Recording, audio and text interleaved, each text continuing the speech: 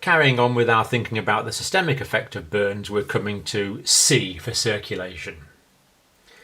Now, burns are very insulting wounds, and there's a lot of inflammatory mediators released from damaged tissues and insulted tissues around the area of a burn. So histamine, serotonin, prostaglandins, of course, complement, kyanins, a lot of pro-inflammatory mediators are going to be released from a burn. And these pro-inflammatory mediators lead to what is called capillary leak syndrome. So as you probably know, we have capillaries, small blood vessels, individual vascular endothelial cells comprising the wall of the capillaries.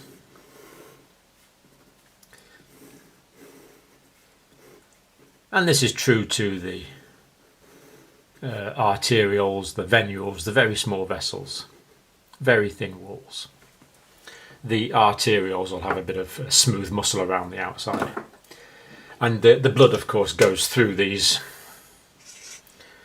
very often only one red cell at a time, perfusing the tissue. Now, when we get these inflammatory mediators, when the inflammatory mediators are acting on the capillaries, so there's damaged tissue and there's going to be the release of inflammatory mediators in the tissues. Then what happens is these capillaries greatly dilate. There's actually two things happen. There's dilation of the small blood vessels like the arterioles and the venules and the capillaries. But also the inflammatory mediators actually cause the cells themselves to get smaller and fatter. They actually contract. This is a very much a deliberate process. So what we have is that the capillaries dilate, cells get smaller, and we can see that this capillary is now quite a bit wider than it was prior to being exposed to the inflammatory mediators. Now, typically the larger gaps here are not big enough to let the red cells out. They still stay in, typically, unless it's very severe. They normally stay in. But it lets all the other bits and bobs out. So it lets out all the tissue fluids. Basically all the components of the blood that aren't the red cells can get out. So we can get water getting out. We get proteins. We get the nutrients. And of course, it makes the bigger gaps make it easier for the white blood cells to get out, particularly thinking about maybe the monocytes and the neutrophils, so the leukocytes.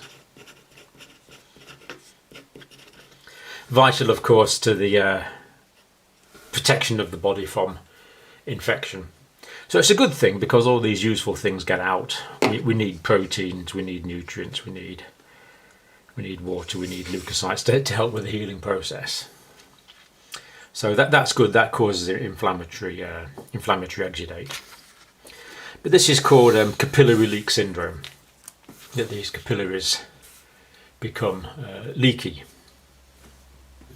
And what this means is that there's a shift of fluid from here, from inside the intravascular compartment. So that's the intravascular compartment there. Intravascular means inside the vessels. And the fluid instead collects in the interstitial compartment. The interstitial compartment, or the third space. Now this term third spacing, so interstitial compartment is a third spacing effect. Now what this term third spacing means is that the body water, most of the body water is inside the cells. So there's huge amounts of water inside, most of the water in the body is inside the cells. Intracellular compartment. And then the second compartment is the water in the blood, that's the intravascular compartment. And then the third compartment, or the third space, is anything that's not in the cells and not in the blood vessels. So if it's in the tissue spaces, that's in a third space. And the key thing about this is that when fluid is in the third space, it's no longer able to circulate around the blood, and it's useless for the purposes of sustaining intravascular volume and blood pressure. Now, this effect is always there locally. There's always going to be production of tissue fluid locally, and we expect this, of course. This is edema. We get edematous swelling in an injury. But if there's a large burnt area, then the damaged cells and tissues in the burnt area will release inflammatory cytokines locally, of course. We know that because they're the ones that cause the initial vasodilation here.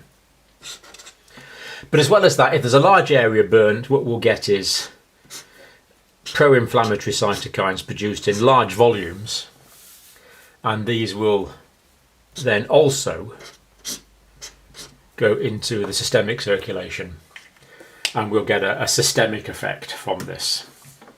So we'll get a systemic capillary leak syndrome all over the place, and the patient will become edematous and around about the area of the burn. Yes, that's true, but also if there's like 20-30% of the body surface area burnt, they're going to become edematous all over the place because of this widespread capillary leak syndrome. And the bigger the amount of body surface area burnt, of course, the worse this is going to be.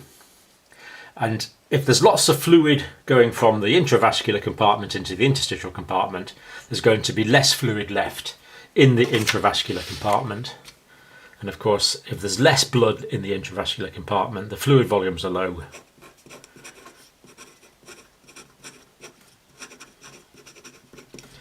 That's going to lead to hypovolemia.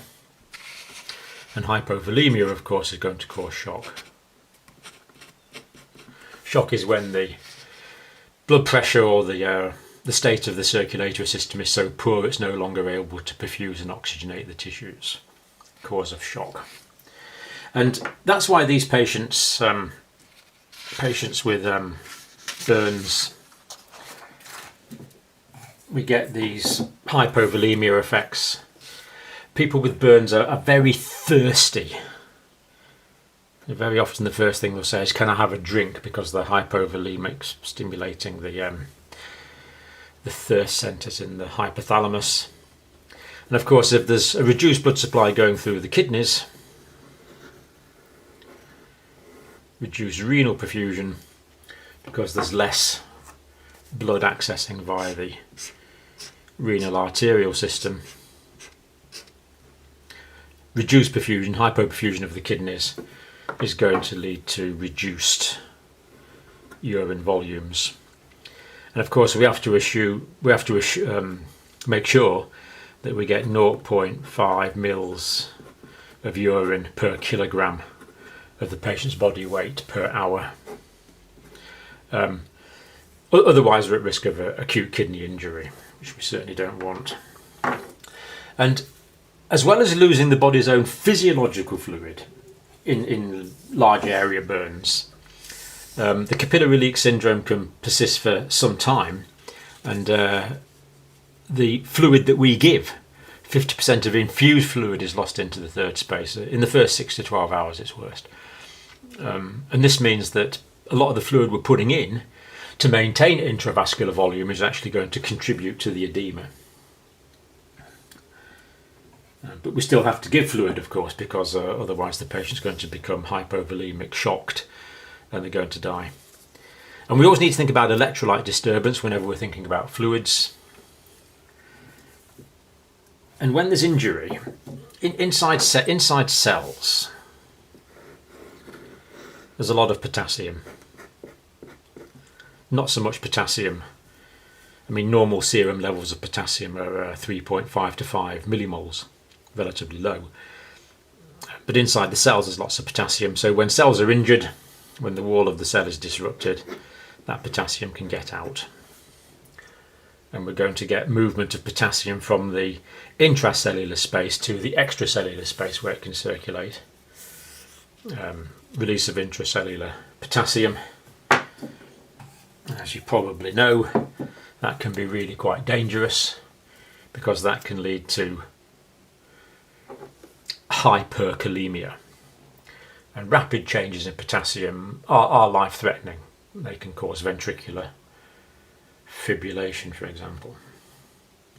And we also mentioned that lots of proteins are lost from the intravascular compartment into the edema. And this protein loss can lead to hypoproteinemia. Low levels of protein in the blood, particularly the albumin, of course, is the main osmotic protein in the plasma generating oncotic pressure. So we can get reduced plasma oncotic pressure. Now, as you probably know from other videos, the tissue fluid is produced at the arterial end of the capillary because the hydrostatic pressure of the blood is greater than the osmotic pressure. And tissue fluid is reabsorbed at the venous end of the capillary because the oncotic pressure generated by the plasma proteins is greater in the intravascular space than it is in the interstitial space. I'm not going to go into that in great detail here, but that physiology is well covered in this series on capillaries. I've covered that in great detail. But if we have reduced amounts of plasma, what it means is less tissue fluid is reabsorbed. So normally it's the plasma proteins here that are causing the tissue fluid to be reabsorbed. And if we have lower amounts of plasma proteins here, we're going to reduce the oncotic pressure. Less tissue fluid is going to be reabsorbed. Therefore, more fluid is going to be left in the tissues. So again, that contributes to the edema problem in the initial management of burns. And as we say, the larger the area of burns, the greater this systemic edema problem is going to be with the capillary leak syndrome and the hypoalbuminemia. So this is 20% burns, this is going to be a problem. 30% burns certainly, and bigger area burns, it's a massive problem. Smaller burns, the systemic effects are of course less, and when the patient's thirsty we can simply give them drinks of water, which is good. Now I think in circulation I'll just mention one other thing here. Compression effects. So all this edema can cause compression of the venous circulation especially, and that can reduce the perfusion locally. So compression effects can reduce perfusion locally. And this is particularly a problem with circumferential burns. So if I'm burned all the way around there, then that's going to reduce the circulation to my hand. Circumferential burns. So we need to monitor distal perfusion. And the other big risk with circumferential burns, again, especially if they go all the way around, especially in the limbs, is the risk of compartment syndrome. So we have to look out for localized ischemia,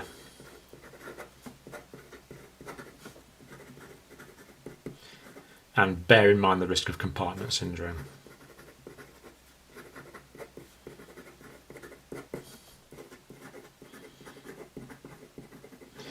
In compartment syndrome, of course, there is an increase in pressure in the muscle compartment. That can preclude the circulation to that muscle compartment, meaning that the muscle in that compartment will die and it won't recover. So observe for local effects. So we see that we need to observe for local effects and systemic effects, and that when local effects become widespread, the release of the pro-inflammatory cytokines is going to have systemic complications.